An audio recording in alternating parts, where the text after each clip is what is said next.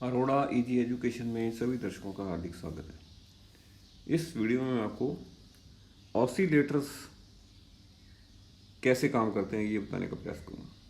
तो सबसे पहले हम इंट्रोडक्शन, पॉजिटिव फीडबैक क्या होती है, ऑसिलेटर किस प्रिंसिपल पर काम करता है, ऑसिलेटर और एम्पलीफायर में क्या डिफरेंस है, डैम्प्ड और अनडैम्प्ड ऑसिलेशंस क्या होते हैं,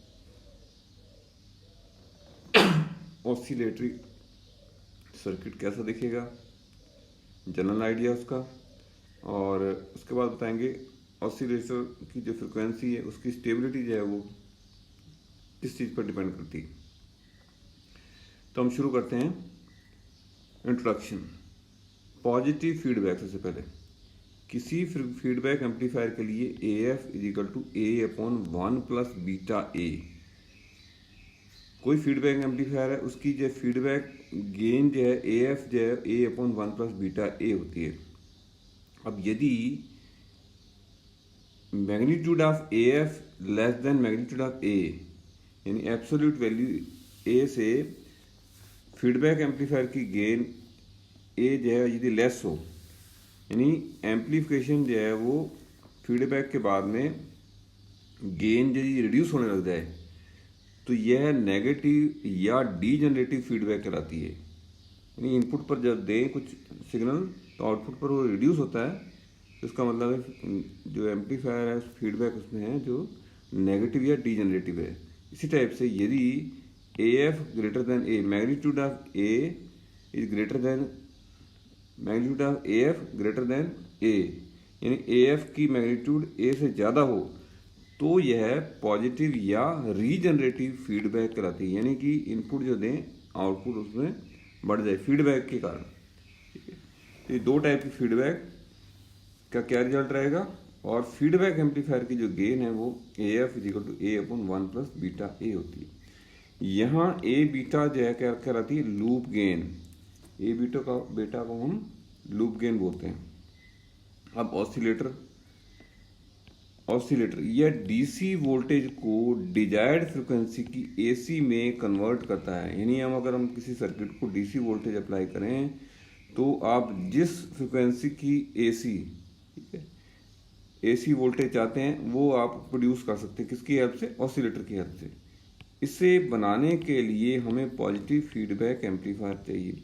अब ये कोई भी ऑसिलेटर बनाने के लिए हमें क्या है, पॉजिटिव फीडबैक एम्पलीफायर की जरूरत पड़ती है। यदि लूप गेन व फेज सही है तो हमें बिना इनपुट सिग्नल के आउटपुट सिग्नल मिलता है। अब हम A बीटा की वैल्यू और फेज अगर आपका सही है, यानी लूप गेन और फेज सही है, तो आप बिना इनपुट के ही आउटपुट रिसीव कर सकते हैं। जो आउटपुट है वो सर्कल में एक आ जाएगी और जो आउटपुट वापस जो है वो इनपुट पर पहुंचकर फिर आउटपुट प्रोड्यूस कर देती है। ये प्रोसेस लगातार रिपीट होता रहता है। तो ऑसिलेटर में इसी टाइप से सर्किट वर्क करता है। इस फिगर में एम्पलीफायर व ऑसिलेटर के अंतर को समझाया गया है। ये आप देख लीजिए, पहला वाला जो है ये सर्किट, ये एम्पलीफायर यहाँ इनपुट सिग्नल दे रहे हैं, आउटपुट सिग्नल ले रहे हैं और पावर सप्लाई दे रहे हैं। DC पावर इनपुट देते हैं। DC पावर सप्लाई से सर्किट या एम्पलीफायर को काम करने के लिए पावर सोर्स की जरूरत होती है। DC पावर उसको बाहर से अप्लाई करते हैं।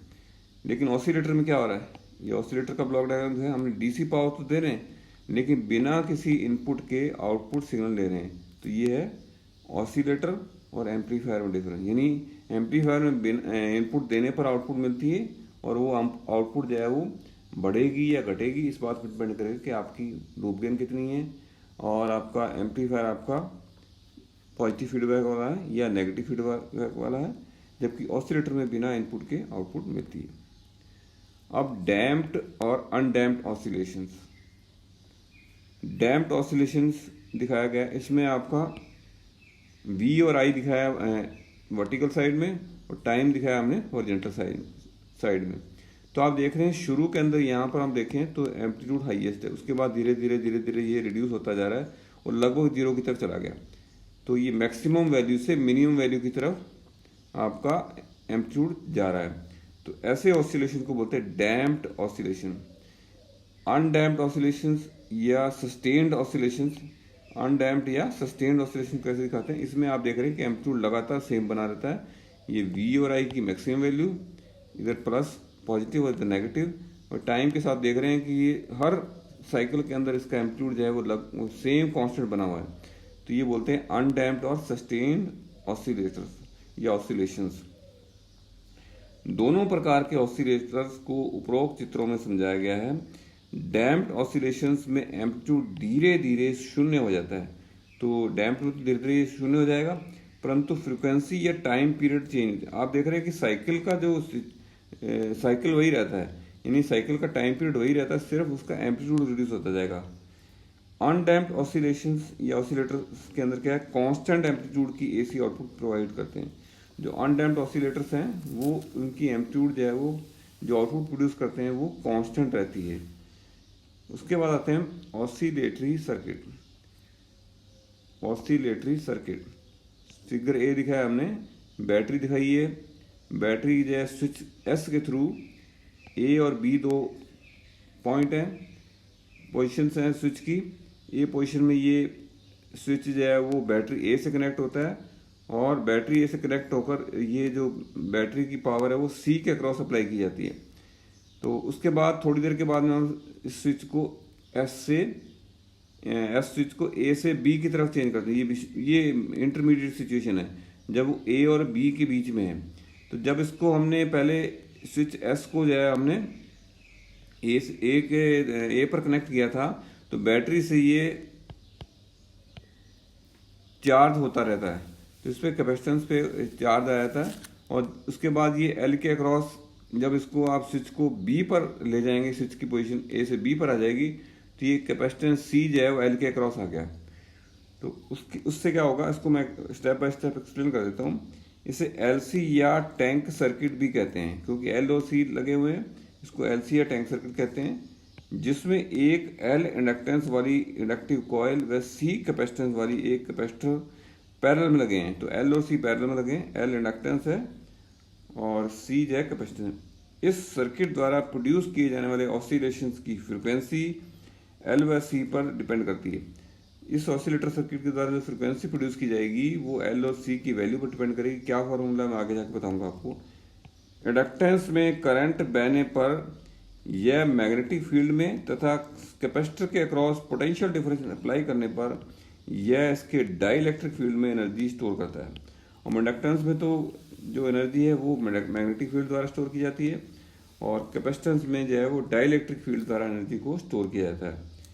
यदि कैपेसिटर को दिखाई गई पोलैरिटी के अनुसार चार्ज किया जाता है तो यह इलेक्ट्रिकल पोटेंशियल एनर्जी स्टोर कर लेता है, जो पहले स्विच ए की पोजीशन में। यदि कैपेसिटर को एल से कनेक्ट किया जाता है तो ये एल में मैग्नेटिक फील्ड प्रोड्यूस होकर एनर्जी स्टोर कर लेता है। जब ये कैपेसिटेंस एल के क्रॉस जुड़ जाता है तो एल जो है मैग्नेटिक फील्ड द्वारा एनर्जी को स्टोर कर लेगा। जब कैपेसिटर पूर्णतः डिस्चार्ज हो जाएगा तो लेंज लॉ के अकॉर्डिंग एक बैक ईएमएफ प्रोड्यूस होता है। अब कैपेसिटर जो है पूरी तरह डिस्चार्ज हो गया, सारी एनर्जी एल के क्रॉस चलेगी, तो लेंज लॉ के अनुसार विपरीत डायरेक्शन में वो बैक ईएमएफ प्रोड्यूस हो जाएगा, यानी कैपेसिटर अपोजिट पोलैरिटी से चार्ज होगा। अब कैपेसिटर अपोजिट पोलैरिटी से चार्ज होना प्रारंभ हो जाता है। कैपेसिटर द्वारा पूरा चार्ज होने पर जब कैपेसिटर पूरा चार्ज हो जाएगा तो फिर ये प्रोसेस रिपीट होगा, तो ये लगातार चलता रहता है। अतः डाइलेक्ट्रिक एनर्जी का मैग्नेटिक एनर्जी व मैग्नेटिक एनर्जी का डाइलेक्ट्रिक एनर्जी में परिवर्तन बार बार हो जाता है, यानी डाइलेक्ट्रिक मैग्नेटिक एनर्जी में और मैग्नेटिक एनर्जी डाइलेक्ट्रिक एनर्जी में ये प्रोसेस जो है वो लगातार इनडेफिनिट टाइम तक रिपीट होता रहेगा। इससे ऑसिलेशंस प्रोड्यूस हो जाएंगे और आपको ऑसिलेशन मिलेंगे। ऑसिलेशन फ्रिक्वेंसी टैंक सर्किट की रेजोनेंट फ्रिक्वेंसी के बराबर होती है। अब ऑसिलेटर सर्किट की जो फ्रिक्वेंसी है वो किस पर डिपेंड करेगी, टैंक सर्किट की रेजोनेंट फ्रिक्वेंसी पर। टैंक सर्किट की रेजोनेंट फ्रिक्वेंसी क्या होती है, F0 = 1/2π√LC। ये समीकरण 1 से लिखा है। यदि टैंक सर्किट में लॉसेज न हो तो एनर्जी परिवर्तन की प्रक्रिया लगातार चलती रहती है। अब यहाँ पर क्या है, यदि एल और सी के अंदर जो एनर्जी का ट्रांसफर हो रहा है, इसमें अगर एनर्जी लॉस ना हो, यानी कैपेसिटर के पास जितनी एनर्जी थी पूरी पूरी एल को ट्रांसफर हो जाए, वापस फिर सी को आ जाए और ये प्रोसेस रिपीट होता रहे, तो ये ऑसिलेशन इनडेफिनिट टाइम तक चल सकते हैं। लेकिन ऐसा होता नहीं है। प्रैक्टिकली जब देखते हैं कुछ एनर्जी लॉसेज भी होते हैं, उसकी हम बाद में चर्चा करेंगे। एक बार मैं फिगर में फिर दिखा देता हूँ। ये सबसे पहले ए फिगर, जब आपका कैपेसिटर जो है बैटरी से एनर्जी ले रहा था, वोल्टेज सोर्स से एनर्जी ले रहा था। उसके बाद ये बीच की सिचुएशन, सी आपका जब कैपेसिटर जो है वो एल के क्रॉस कनेक्ट हो गया, तब आपका जो है इलेक्ट्रिकल एनर्जी मैग्नेटिक एनर्जी में ट्रांसफ़र हो रही है। उसके बाद सारी एनर्जी जो है वो कैपेसिटर के क्रॉस आ गई और ये प्रोसेस रिपीट हुआ। फिर अब इसमें आप डायरेक्शन देख रहे हैं उल्टी है, यहाँ की डायरेक्शन और यहाँ की डायरेक्शन उल्टी है, तो इसमें करंट की डायरेक्शन जो है वो अपोजिट डायरेक्शन में। तो इस टाइप से ये एक पॉजिटिव नेगेटिव, उसके बाद फिर ये प्रोसेस रिपीट होगा। तो ये लगातार ये प्रोसेस रिपीट होता रहता है और ऑसिलेशन प्रोड्यूस होंगे। उसके बाद आते हैं ऑसिलेटर फ्रिक्वेंसी की स्टेबिलिटी। किसी ऑसिलेटर की फ्रिक्वेंसी सर्किट कंपोनेंट्स, ट्रांजिस्टर का parameters, supply voltage, stray capacitance, output load के कारण चेंज होती है। अब ऑसिलेटर की फ्रिक्वेंसी जो किन किन चीज़ों पर डिपेंड करती है, किन किन चीज़ों से वो चेंज हो सकती है। तो सर्किट के कंपोनेंट्स, धीरे धीरे इनकी वैल्यू में चेंज आ जाता है, या कुछ कंपोनेंट खराब होता है तो कंपोनेंट को रिप्लेस करते हैं, तो एग्जैक्ट उसके पैरामीटर या उसकी करेक्टरिस्टिक वही ना हो तो भी आपके ऑसिलेटर की फ्रिक्वेंसी चेंज हो सकती है। ट्रांजिस्टर के पैरामीटर्स, ठीक है, ट्रांजिस्टर के पैरामीटर्स भी चेंज हो गए विद टाइम, धीरे धीरे उनके अंदर चेंजेस आ जाए तो उससे ऑसिलेटर की फ्रिक्वेंसी चेंज हो सकती है। आपने डिजाइन किसी फ्रिक्वेंसी का ऑसिलेटर किया है तो विद टाइम इसकी फ्रिक्वेंसी में चेंजेस आएंगे, स्टेबल फ्रिक्वेंसी हमेशा नहीं प्रोड्यूस करेगा। तो उसके क्या क्या कॉजेज हो सकते हैं, तो सर्किट की बाकी कंपोनेंट जैसे इंडक्टेंस और कैपेसिटेंस, इनको हम सर्किट कंपोनेंट्स कह रहे हैं। और ट्रांजिस्टर, यदि कोई ट्रांजिस्टर काम में ले रहे हैं सर्किट के अंदर, ऑसिलेटर सर्किट के अंदर, जो पॉजिटिव फीडबैक या नेगेटिव फीडबैक बनाने के काम आता है, तो उसकी वजह से फ्रिक्वेंसी चेंज। सप्लाई वोल्टेज में फ्लक्चुएशन आ गया, वो भी चेंज कर सकता है। जो ट्रांजिस्टर के अंदर जो कैपेसिटेंस बनता है एक इंटरनल, वो अलग से हम एडीसी में पढ़ चुके हैं, उसकी वजह से जो लोड लगाया आपने उसके कारण चेंज होता है। सर्किट ऑपरेशन से टेम्परेचर बढ़ता है, टेम्परेचर बढ़ने से कंपोनेंट वैल्यू चेंज होने से फ्रिक्वेंसी बदलेगी। अब क्या है कि जैसे बाहर का टेम्परेचर बढ़ गया या ऑपरेशन की वजह से टेम्परेचर बढ़ गया, उसकी वजह से क्या है, टेम्परेचर बढ़ने से क्या है, कंपोनेंट की वैल्यू चेंज होगी और कंपोनेंट की वैल्यू चेंज होने से फ्रिक्वेंसी चेंज होगी। एक्टिव डिवाइस का ऑपरेटिंग पॉइंट भी लीनियर में रीजन में रहना चाहिए। और एक रिक्वायरमेंट आपकी ये रहती है कि जो एक्टिव कंपोनेंट जैसे ट्रांजिस्टर आपने यूज किया है तो उसका ऑपरेशन हमें लीनियर रीजन में मिलना चाहिए, ताकि आपकी वेव शेप जो है वो डिस्टॉर्ट नहीं आए जब भी एम्पलीफायर बन रहा है, पॉजिटिव फीडबैक एम्पलीफायर। तो ये कुछ रीजन्स है जिसकी वजह से ऑसिलेटर की फ्रिक्वेंसी की स्टेबिलिटी जो है वो डिपेंड करती है। तो इस वीडियो में मैंने आपको ऑसिलेटर सर्किट का basic fundamental principle, positive feedback और ऑसिलेटर और एम्पलीफायर में क्या डिफरेंस है, फिर हमने जो है वो एक ऑसिलेटर सर्किट को दिखाया है एलसी टैंक सर्किट के अकॉर्डिंग, एक हमने डैम्प्ड और अनडैम्प्ड ऑसिलेशंस की बात की, और लास्ट में हमने ऑसिलेटर सर्किट फ्रिक्वेंसी की स्टेबिलिटी की बात की। मुझे उम्मीद है कि वीडियो आपको पसंद आया होगा, और यदि पसंद आया तो उसको लाइक और शेयर करें।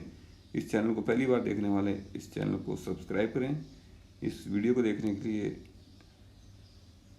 और इसके बारे में कोई कमेंट आप या फीडबैक या क्वेरी हो तो ज़रूर लिखें। इस वीडियो को देखने के लिए आपका बहुत बहुत धन्यवाद।